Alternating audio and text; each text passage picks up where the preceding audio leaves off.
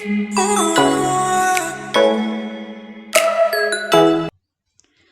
Students, welcome to my channel.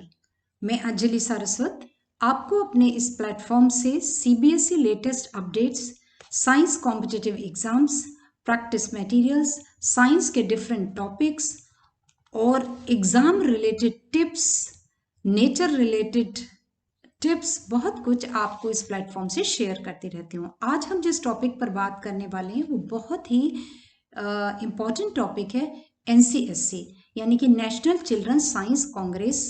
क्या programme है ये, कौन इसमें पार्टिसिपेट कर सकता है और एग्जैक्टली हम इसको कैसे समझें, इसके ऊपर बात करने वाले हूँ आपकी। NCSC national children science Congress ये हमारी कंट्री का साइंस कम्युनिकेशन प्रोग्राम है जिसे 1993 में स्टार्ट किया गया था। यह program NCSTC national council for science and technology communication, department of science and technology का प्रोग्राम है। चिल्ड्रन, आपको ये समझने की जरूरत है कि दूसरे साइंस एग्जीबिशंस और जो प्रोजेक्ट वर्क होते हैं उनकी तरह से ये बिल्कुल नहीं है। ये मॉडल मेकिंग कंपटीशन नहीं है, ये रिसर्च बेस्ड प्रोग्राम है जिसमें एज ग्रुप 10 to 17 ईयर्स यानी क्लास 6 to 12 तक के स्टूडेंट्स पार्टिसिपेट कर सकते हैं। रिसर्च बेस्ड प्रोग्राम है। रिसर्च कैसे की जाती है, आपको चाइल्ड साइंटिस्ट बनाने की तैयारी है। जो रिसर्च वर्क हायर लेवल पर, कॉलेज लेवल पर किया जाता है, उसको स्कूल सिस्टम में कैसे इंट्रोड्यूस किया जाए, बच्चों को अभी से रिसर्चर कैसे बनाया जाए, इस तरीके का ये इनोवेटिव प्रोग्राम है। इस प्रोग्राम की ब्यूटी ही है कि इसमें केवल फॉर्मल स्कूल सिस्टम से, एजुकेशन सिस्टम से जुड़े बच्चे ही पार्टिसिपेट नहीं कर सकते, लेकिन जो दूसरे हैं, जो स्कूल सिस्टम से नहीं जुड़े हुए हैं, वो भी पार्टिसिपेट कर सकते हैं। यहाँ आपको एक गाइड टीचर के अंडर में काम करना होता है और आपकी क्रिएटिविटी, इनोवेटिवनेस और लोकली प्रेजेंट सोशल प्रॉब्लम्स का साइंटिफिक सॉल्यूशन निकालने का प्रोग्राम है। आज मैं आपको एनसीएससी से रिलेटेड हर वो बात बताने की कोशिश करूंगी जिसे आपको प्रोजेक्ट बनाने में आसानी हो। 2022 और 23 के लिए भी एक थीम दी गई है जिसे हम कहते हैं फोकल थीम, और हर फोकल थीम के अंडर 5 सब थीम्स होती हैं। उन पर भी हम डिटेल में बात करेंगे और कौन कौन पार्टिसिपेट कर सकता है इसके अंदर, कौन पार्टिसिपेट किस ग्रुप में कर सकता है, लेवल ऑफ ऑर्गेनाइजेशंस क्या हैं, प्रोजेक्ट कैसे बनाते हैं, उसके स्टेप्स क्या होते हैं, कौन सी बातों का ध्यान रखना है, कौन सी बातों को अवॉइड करना है। कई बार हम बहुत अच्छा प्रोजेक्ट बना लेते हैं लेकिन कहीं ना कहीं हम उस फॉर्मेट में मिसफिट हो जाते हैं और हमारा प्रोजेक्ट रिजेक्ट हो जाता है, नेक्स्ट लेवल के लिए नहीं जा पाता। तो इन्हीं बहुत सारी जानकारियों के साथ स्टार्ट करते हैं। सबसे पहले हम बात करते हैं एज ग्रुप की। यहाँ एज ग्रुप को 2 सब ग्रुप्स में डिवाइड किया गया है, एक जूनियर ग्रुप है और एक सीनियर ग्रुप है। जो ग्रुप डिसाइड होता है वो एज से डिसाइड होता है, यानी कि अगर और 31 दिसंबर उस साल का, जैसे 2022 का जो 31 दिसंबर है, उस दिन अगर आपकी एज 14 ईयर्स है तो आप जूनियर ग्रुप में होंगे। अगर आपकी एज 14 + 1 डे भी हो जाती है तो आप सीनियर ग्रुप में होंगे। इस बात का खास ध्यान रखिए, आप किस ग्रुप में पार्टिसिपेट कर रहे हैं, सब थीम वही होगी, टॉपिक वही होगा आपका। अगर आप एक ही ग्रुप में, डिफरेंट ग्रुप में सेम टॉपिक लेकर बात कर रहे हैं, प्रोजेक्ट टाइटल सेम है आपका, कर सकते हैं ऐसा। लेकिन अगर डिफरेंट भी है तो अगर आपका जो एज ग्रुप है वो 14+ है तो आप सीनियर ग्रुप में जाएंगे, ठीक है। अगर आप 14 से कम हैं या 31 दिसंबर 2022 को 14 कंप्लीट कर रहे हैं तो आप जूनियर ग्रुप में होंगे। यह ध्यान रखिए कि यहाँ आपका जो एज ग्रुप है, फिर से समझा रही हूँ, वो एज ग्रुप के हिसाब से ग्रुप डिसाइड होगा, ना कि क्लास के हिसाब से। सपोज आप क्लास 8th के स्टूडेंट हैं, लेकिन आपकी जो एज है वो 14 इयर्स प्लस डेज आ गई, कुछ डेज आ गई, लेकिन आप सीनियर ग्रुप में कंसीडर होंगे। ऑन द अदर हैंड, अगर आप 9th के भी स्टूडेंट हैं और आपकी एज 14 से कम है, तो आप जूनियर ग्रुप में ही शामिल होंगे। डियर चिल्ड्रन, इस प्रोग्राम में आपको पूरी फ्रीडम है। आप अपने आसपास लोकल प्रॉब्लम को ढूंढें और उसका सॉल्यूशन ढूंढना है आपको, ठीक है। रिसर्च कैसे की जाती है, रिसर्च क्या होती है, इसको आप समझिए कि रिसर्च का मतलब होता है कि वो प्रोसेस जिसमें हम किसी प्रॉब्लम को सेलेक्ट करते हैं और साइंटिफिकली उस पर काम करते हुए उसका साइंटिफिक सॉल्यूशन देते हैं। सॉल्यूशन से पहले हम हाइपोथेसिस बनाते हैं, यानी कि परिकल्पना करते हैं कि इसका प्रॉब्लम का सॉल्यूशन ये हो सकता है, जिसे हम कहते हैं हाइपोथेसिस। सपोज वो हमारा हाइपोथेसिस फिट नहीं बैठता और वो सक्सेसफुल नहीं होता, तो हम दूसरी हाइपोथेसिस पर काम करते हैं, ठीक है। इसमें आपको रिटन रिपोर्ट तैयार करनी होती है। कैसे करनी होती है इस पर भी हम बात करेंगे। प्रेजेंटेशन कैसे देना होता है, क्या क्या ज़रूरी और चीज़ें हैं, कौन सी लैंग्वेज में हम इस पर काम कर सकते हैं, इस सब के बारे में मैं बात करती हूँ।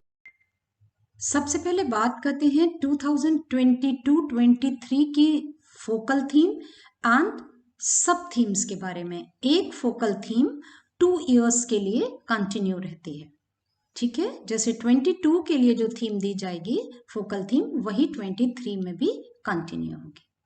NCSC 2022-23 फोकल थीम है हमारी understanding ecosystem for health and wellbeing, and इसमें 5 सब थीम्स है identified on the above cited focal theme are. Number 1, know your ecosystem, अपने परिवेश को जानिए। Fostering health, nutrition and wellbeing, की हेल्थ, न्यूट्रिशन और स्वास्थ्य को बढ़ाने के लिए हम क्या कुछ कर सकते हैं। थर्ड सब थीम है social and cultural practices for ecosystem and health, यानी कि कुल मिलाकर सब कुछ जो है इकोसिस्टम, यानी कि हमारे सिस्टम, आसपास का जो इन्वायरमेंट है उसकी हेल्थ को इम्प्रूव करने के लिए, चाहे वो हमारी हो या सराउंडिंग्स की हेल्थ हो, उसकी सोशल एंड कल्चरल प्रैक्टिसेस, कौन सी सामाजिक गतिविधियां और कल्चरल हमारी जो सांस्कृतिक परंपराएं हैं उनको उपयोग में लाया जाता है। इनको मैं डिटेल में भी आपको समझाऊंगी। नेक्स्ट सब थीम है ecosystem based approach, EBA for self reliance, यानी कि इकोसिस्टम हमारा कैसा हो जो हमारी सेल्फ रिलायंस मीन्स आत्मनिर्भरता को बढ़ाए। फिफ्थ है technological innovation for ecosystem and health, ecosystem और हेल्थ के इम्प्रूवमेंट के लिए क्या टेक्नोलॉजिकल इनोवेशन किए जा सकते हैं, यानी कि आपको इनोवेटिव बनाना ही है, ठीक है। तो एक एक थीम और सब थीम, बेसिक फोकल थीम और सब थीम को हम समझ लेते हैं। National children's science congress NCSC 2022-23 focal theme and sub theme. National Children's Science Congress NCSC, a flagship program of National Council for Science and Technology Communication NCSTC, Department of Science and Technology, ये सब मैंने आपको बता दिया पहले। Basically जो अब हम बात करते हैं, हम इन्वायरमेंट की बात करते हैं। Understanding ecosystem for health and wellbeing, ये आप इसके डिटेल्स पढ़ लीजिएगा क्योंकि ये काफी लंबा लेटर है। अगर मैं एक एक चीज को पढ़ूंगी तो बहुत लंबा हो जाएगा। आपको मैं नट शेल में समझा देती हूँ। Ecosystems are the planet's life support system for human but not only but also for all other life, यानी कि हम जब इकोसिस्टम की बात करते हैं, इकोसिस्टम का मतलब होता है उसके 2 फैक्टर्स होते हैं बच्चों, बायोटिक एंड एबायोटिक, और उन दोनों को मिलाकर ही हमारा इकोसिस्टम बनता है।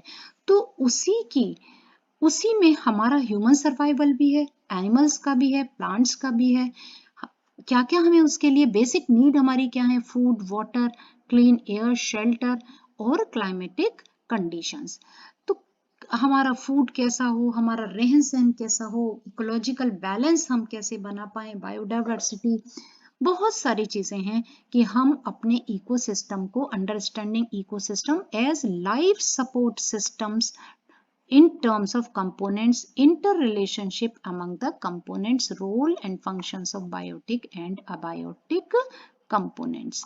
ये मैंने आपको पहले भी बताया कि बायोटिक और एबायोटिक कंपोनेंट्स के साथ हमारा जो एक सुंदर कोऑर्डिनेशन हो, ठीक है, वो होना चाहिए। तो आगे भी हम और समझ लेते हैं चीजों को। जो फोकल थीम है, will focus on the major following aspects by engaging children for inquiry based learning, apply methods of science in their local context, exploring and understanding ecosystem in their neighborhoods and taking initiatives for ecosystem conservation and restoration।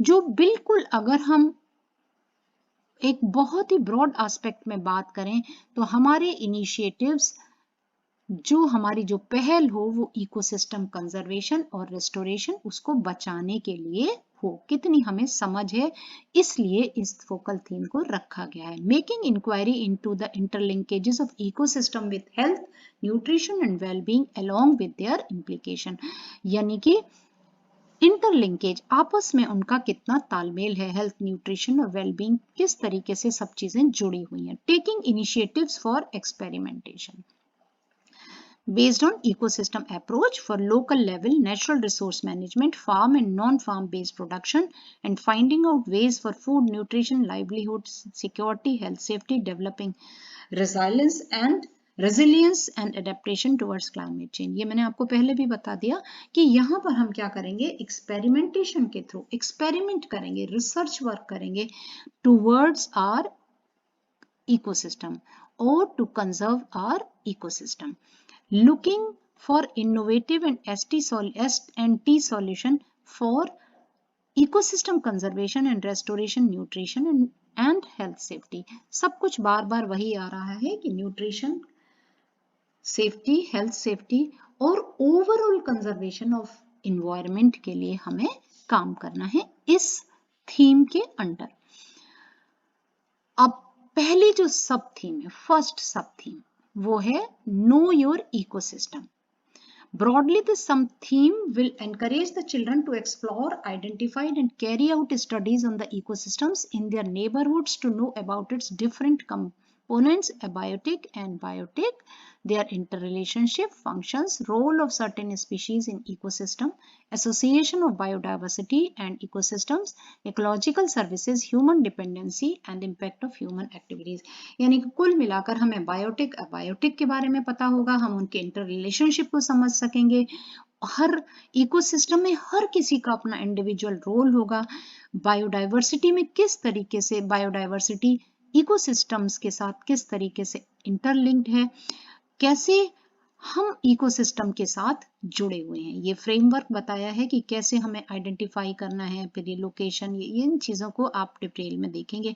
Impact of human activities का environment पर क्या effect पड़ता है। अब यहाँ आपको focal areas बताएं, आप कहाँ कहाँ पर काम कर सकते हैं। Understanding the ecosystem in your neighbourhood, ठीक है, इसको आप डिटेल में पढ़ते जाएंगे। अब इतना ही नहीं है, आपको प्रोजेक्ट आइडिया भी दिया है। यहाँ एक एक सब थीम में काफी सारे प्रोजेक्ट दिए हैं, जैसे comparison of butterfly population in urban and rural environment. आप रूरल और ग्रामीण और क्षेत्रीय अर्बन एरियाज में आप कंपेयर कर सकते हैं कि बटरफ्लाई पॉपुलेशन कितनी है, यानी कि अगर रूरल में ज्यादा है तो अर्बन में कम क्यों है, कौन से रीजंस हैं और इम्प्रूव करने के लिए क्या कर सकते हैं। Diversity in mangrove, diversity of water plants in local pond wetland, diversity of water plants in disturb pond, ये सारा जो कुछ भी टॉपिक्स हैं ये आपके किससे रिलेटेड हैं, लोकल प्रॉब्लम से। इसका मतलब ही ये है कि हमको अपनी लोकल प्रॉब्लम को सर्च करना है सबसे पहले और उसी का साइंटिफिक सॉल्यूशन देना है। ये देखिए बहुत सारे दिए, ये सिर्फ सजेस्टेड प्रोजेक्ट्स हैं, आप बहुत सारा अपने आप भी सोच सकते हैं, क्योंकि हो सकता है कि इसमें जो चीजें दी हों वो आपके यहाँ का प्रॉब्लम नहीं हो, आपके यहाँ का कुछ और प्रॉब्लम हो। मैं कुछ प्रोजेक्ट्स इससे हटकर भी आपके साथ बात करूंगी किसी दूसरे वीडियो में। सब थीम 2 ले लेते हैं, fostering health, nutrition and wellbeing. यहाँ भी है कि कैसे हम सेहत को बढ़ाने के लिए कैसे न्यूट्रिशन, अच्छा न्यूट्रिशन प्रोवाइड करें और ज्यादा अच्छे सेहतमंद हो सकें, ठीक है, इम्प्रूव कैसे कर सकें, ये इसके ऊपर आपका सब थीम है। यहाँ भी फोकल एरियाज हैं, ये देखिए इन्होंने ये एक फिगर बनाया है, न्यूट्रिशन, हेल्थ एंड वेलनेस, इसमें इंटर रिलेशन समझाया है। फोकल एरियाज हैं, नो योर हेल्थ, हेल्थ के बारे में पता हो आपको, फूड के बारे में पता हो, sources of food in our locality, बड़ी इंपॉर्टेंट बात होती है कि कई बार हम लोकल फूड को प्रेफर नहीं करते, हम बाहर का महंगा फ्रूट खाते हैं, जबकि जो हमारे नेटिव फ्रूट्स और वेजिटेबल्स होते हैं वो हमारी हेल्थ के लिए ज़्यादा बेनिफिशियल होते हैं। People's practices, myth and reality, disaster, ये सारे इसमें भी प्रोजेक्ट आइडियाज दिए हुए हैं। देखिए इनको पहले आप थॉरोली देखिए, 15 प्रोजेक्ट आइडियाज हैं और फिर आप सोचिए कि आप किस पर काम करेंगे, और इतना ही नहीं आप क्यों काम करेंगे, उससे आप क्या हाइपोथेसिस बनाएंगे और क्या निष्कर्ष निकालेंगे। सब थीम हम देखते हैं, 3 social and cultural practices for ecosystem, system and health. देखिए इकोसिस्टम की और हमारी हेल्थ के लिए, मतलब अगर हम हेल्दी हैं, इकोसिस्टम हेल्दी है तो हम हेल्दी हैं, ठीक है ना। तो सोशल और कल्चरल प्रैक्टिसेस कौन सी इंप्लीमेंट होती रहती हैं। अब इसमें आप ट्रेडिशनल भी ले सकते हैं और आप प्रेजेंट भी ले सकते हैं। Under this sub-theme, children will be inspired to identify, document, and validate local socio-cultural practices in their local context, evolved for a period of time for the protection of ecosystem and their associated services, sustainability, conservative nature way, and means such knowledge system got transferred from one generation to another। यह बड़ी important चीज है कि जो हमारी food practices हैं, cultural practices हैं, जैसे मैं आपको बताऊं कि इन्वायरमेंट कंजर्वेशन की जब हम बात करते हैं तो हमारे यहाँ पेड़ों की पूजा की जाती है, चाहे वो तुलसी से शुरू होती है और पीपल, बरगद, आंवला, केला, सबकी पूजा की जाती है। चाहे वो प्रैक्टिस आजकल कम हो गई है, लेकिन आप अपने जो ग्रैंड पेरेंट्स अपने आसपास सर्वे करेंगे, अभी मैं बताऊंगी कि एक्सपेरिमेंटेशन का मतलब क्या होता है और सर्वे का मतलब क्या होता है, वहां उन कल्चरल प्रैक्टिसेस को देखिए, पूछिए और ये देखिए कि हमारे इकोसिस्टम के लिए कितनी इंपॉर्टेंट है, क्या हमें वापस से इनको प्रमोट करना चाहिए, अगर हमें करना है तो हम किस तरीके से करेंगे। ये इसके लिए भी फ्रेमवर्क आपको दिया हुआ है। ये फोकल एरियाज हैं, ये सारे दिए हुए हैं। इसके बाद प्रोजेक्ट आइडियाज भी हैं इस सब फोकल थीम के लिए, बहुत सारे प्रोजेक्ट आइडियाज हैं। फिर समझा रही हूँ, आप अपना प्रोजेक्ट आइडिया भी ले सकते हैं depending on your own local problem. सब थीम 4 है ecosystem based approach for self reliance, आत्मनिर्भरता बढ़ाने के लिए हमारी इकोसिस्टम बेस्ड अप्रोच क्या हो। Children under this sub theme will get scope to identify the prospects and study, explore how integrated management of land, water, living resources promote conservation and sustainable use in equitable way। ये सब theme इसलिए है कि students ये समझ पाए कि sustainable development के लिए किस तरीके से लैंड का, वाटर का और हमारे जो रिसोर्सेज हैं उनका कंजर्वेशन किया जा सके, ठीक है। तो ये बहुत सारी अप्रोचेस हैं, ये आपको दिया हुआ है। फोकल एरियाज भी हैं, फार्म बेस्ड प्रैक्टिसेस हो सकती हैं, human settlement development planning, architect में हम क्या बदलाव करें कि एनर्जी कंजर्वेशन हम कर सकें, ड्रेनेज प्लानिंग बहुत ही इंपॉर्टेंट है, इस पर मैं आपके साथ ज़रूर बात करूंगी एक प्रोजेक्ट को लेकर। डिजास्टर रिस्क है, climate change adaptation, industrial planning, ये सारी चीज़ें हैं।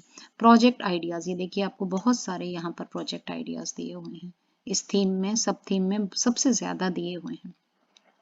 फिर हम लेते हैं sub theme 5, technological innovation for ecosystem and health. This sub theme will encourage children to find local problems and take initiative for developing local technological solution from the perspectives of green technology। यहाँ बात आ गई green technology, यानी हमको अपना green wealth बढ़ाना है। Green technology, green wealth ही नहीं बढ़ाना है, ग्रीन टेक्नोलॉजी का मतलब होता है कि एनर्जी कंजर्वेशन करना है, जिससे कार्बन इमिशन कम से कम हो, एयर पोल्यूशन कम से कम हो, हमारा वेस्ट कम से कम रिलीज हो। इस तरीके की ग्रीन टेक्नोलॉजी का मतलब होता है green practices. Information and communication technology for improvising traditional technology based on the principles of fungal innovation. अपने इनोवेटिव आइडियाज से आप कैसे इकोसिस्टम को टेक्नोलॉजी का यूज करते हुए इम्प्रूव करेंगे। बहुत ही इंपॉर्टेंट है। आजकल आप देखते हैं बहुत सारा काम हो रहा है इस फील्ड में। बच्चे कई तरीके की डस्टबिन बनाते हैं, जब ओवरफ्लो करती हैं तो उनको वहाँ पर इंफॉर्मेशन पहुँच जाती है डिपार्टमेंट में, वहाँ से वो कलेक्ट की जाती हैं। और भी बहुत है, वाटर लेवल है, कैसे वाटर सेव करना है, टेक्नोलॉजी का यूज़ करना है उसमें, ये सब थीम है।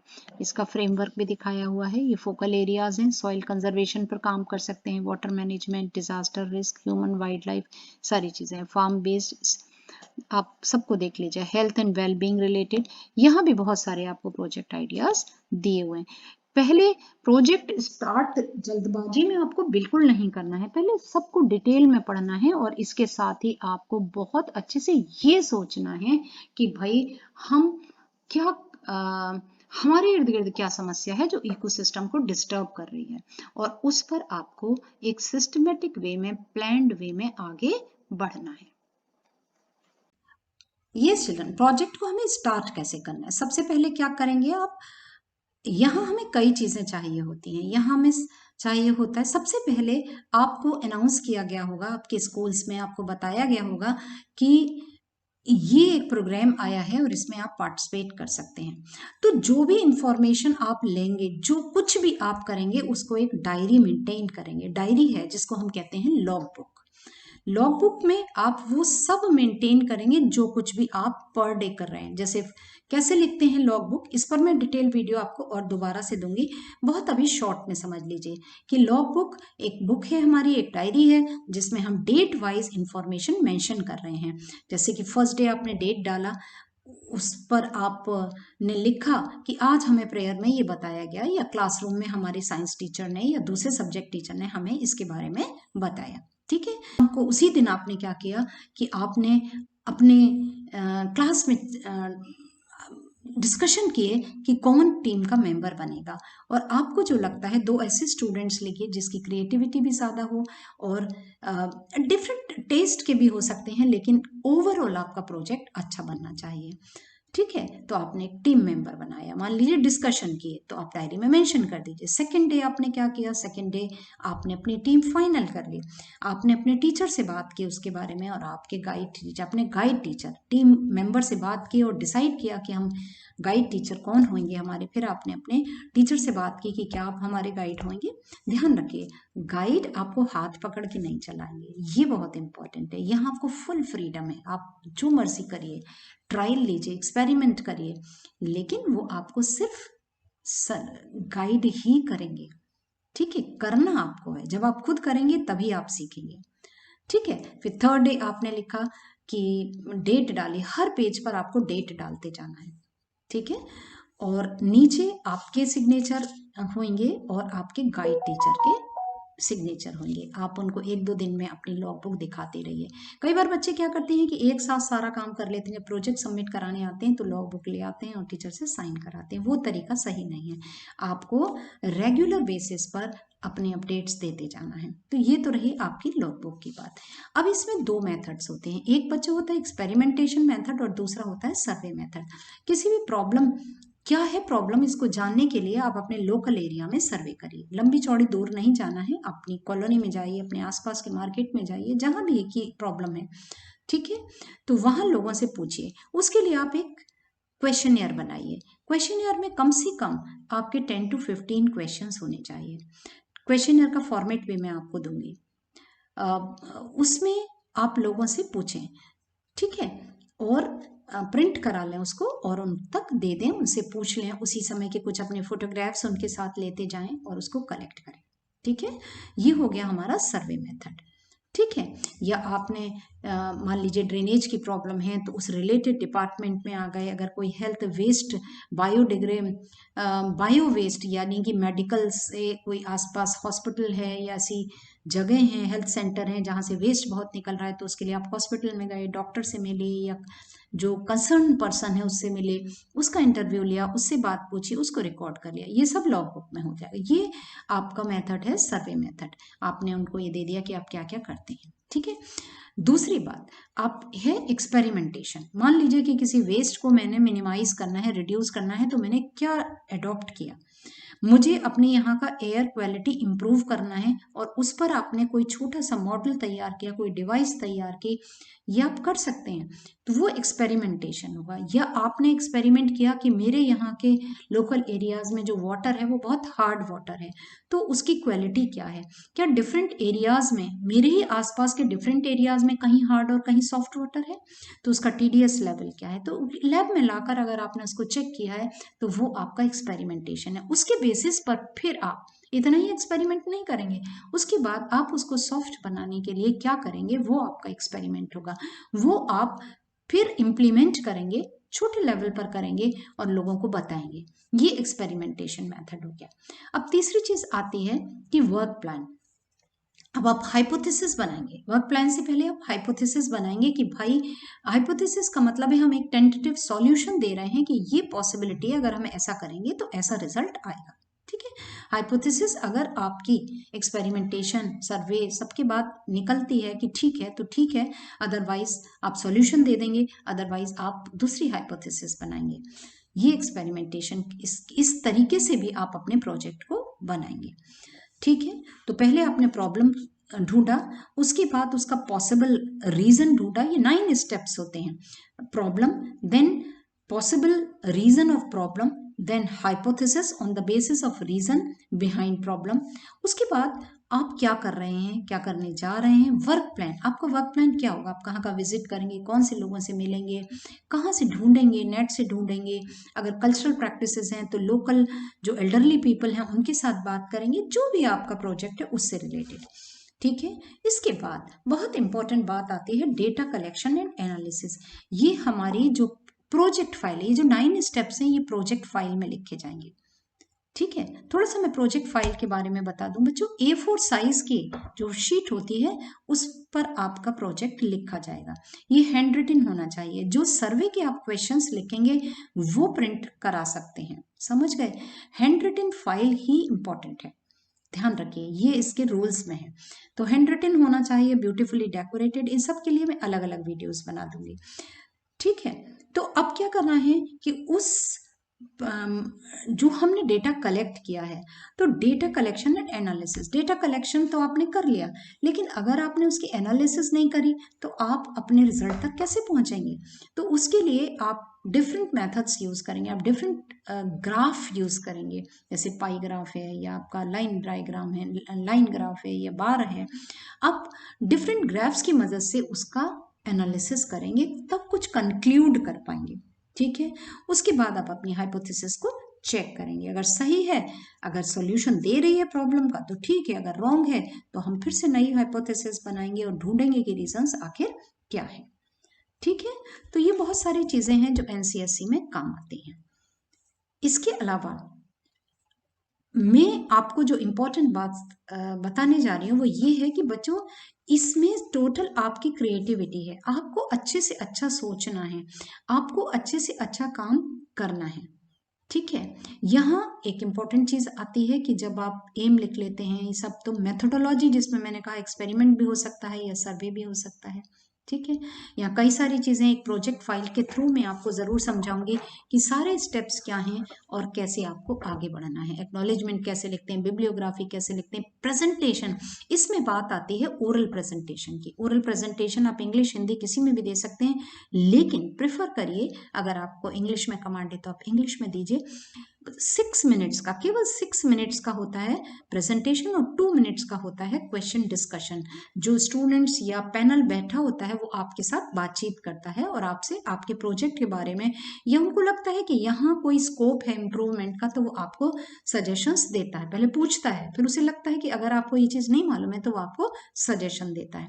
तो इन सारी चीज़ों को ओरल प्रेजेंटेशन, यानी कि आपको सारा कुछ जो है 6 मिनट्स में कंपाइल करना होता है। अपनी हर बात को, इतने दिन की मेहनत को आपको देना होता है। ठीक है, अब ये जो आपका प्रोजेक्ट है इसकी डेट्स भी हैं।